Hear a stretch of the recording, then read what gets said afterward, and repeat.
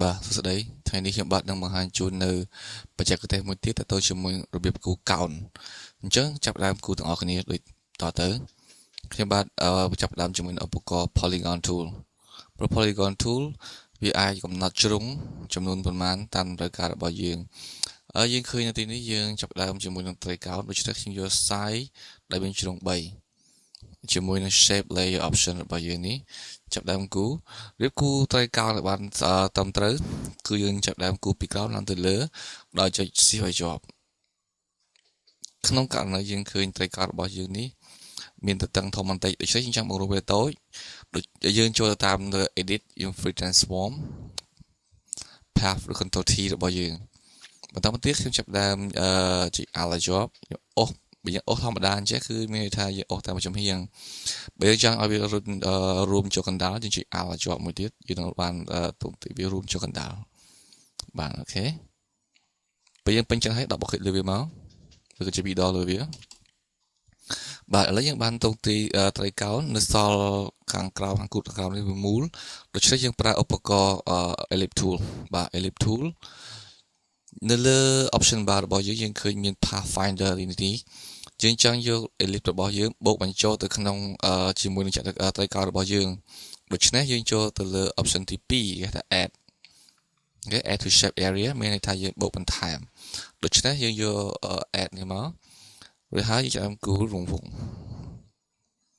ដើម្បីឲ្យវាទៅទីតាំងយើងប្រើ space ដើម្បីរំកិលទីតាំងរបស់វាឲ្យទៅតាមបំណងប្រាថ្នារបស់យើងអូខេអញ្ចឹងយើងបានទ្រង់ទ្រាយរបស់កោណរបស់យើងតែវាប៉ោងបន្តិចទីនេះ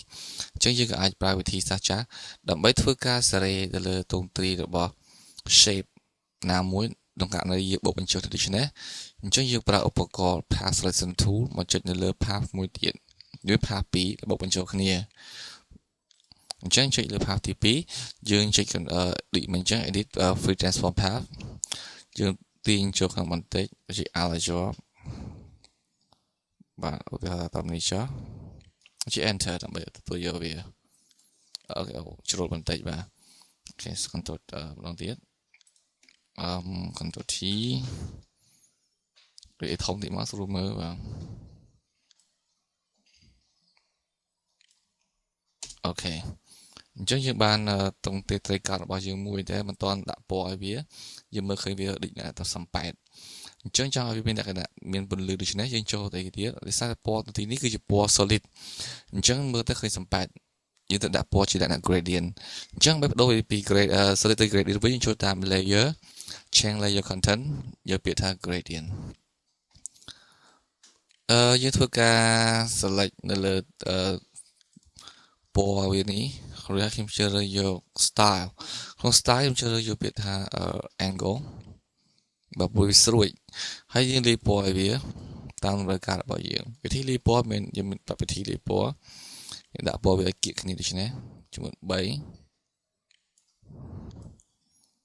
ដែលពណ៌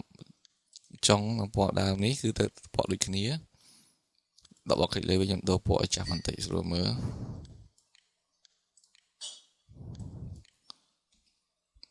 បាទជួយចុចដាក់ដូរពណ៌ម្ដងទៀតខ្ញុំយកចុចលើពណ៌នេះដើម្បីចម្លងពណ៌ដាក់លើខាងនេះមកខាងទៀតដើម្បីឲ្យដូចគ្នាយើងមើលទៅឃើញពណ៌វាឆ្លោះ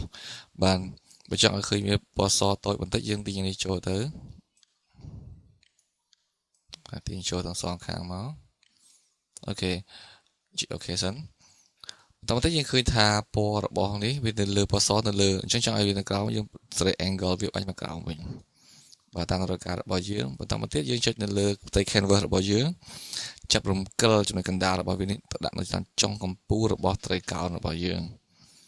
ជាយើងនឹងឃើញពណ៌របស់វាឆ្លោះមកបើយើងអាច select បានតាមចិត្តរបស់យើងឥឡូវយើងលាយពណ៌ភាសាទៀតឲ្យវាពណ៌តូចបន្តិចពណ៌សយើងរំកិលវាគៀកមែនតើបាទជាយើងឃើញពណ៌សវានេះចិត្តគ្នាអូខេយើងអាច select បានទៀត